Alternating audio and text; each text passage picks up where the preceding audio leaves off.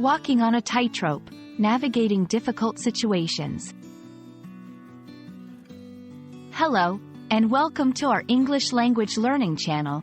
Today, we're diving into an interesting and vivid phrase that you might have come across: to be on a tightrope. Understanding this phrase not only enriches your vocabulary but also gives you insight into how English speakers describe complex situations. Let's embark on this journey together and unravel the meaning and usage of this intriguing expression. The phrase, to be on a tightrope, directly conjures up the image of a circus performer walking carefully on a thin rope, high above the ground, where any misstep could lead to a fall.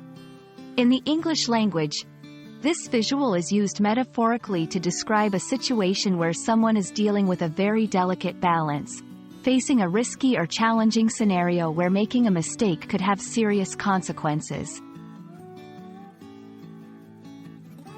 Understanding how to use this phrase in context is crucial for English learners. To be on a tightrope is often used to describe situations involving difficult decisions, navigating between two extremes, or maintaining a careful balance in a tricky situation. For example, navigating personal relationships. Ever since the argument, I feel like I've been on a tightrope trying to mend things with my friend. In the workplace, managing this project is like being on a tightrope.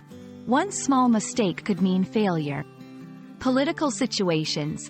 The diplomat is on a tightrope, balancing between the demands of multiple countries.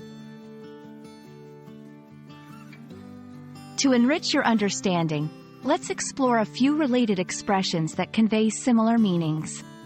Walking on thin ice. This means being in a risky situation where acting carelessly could cause trouble.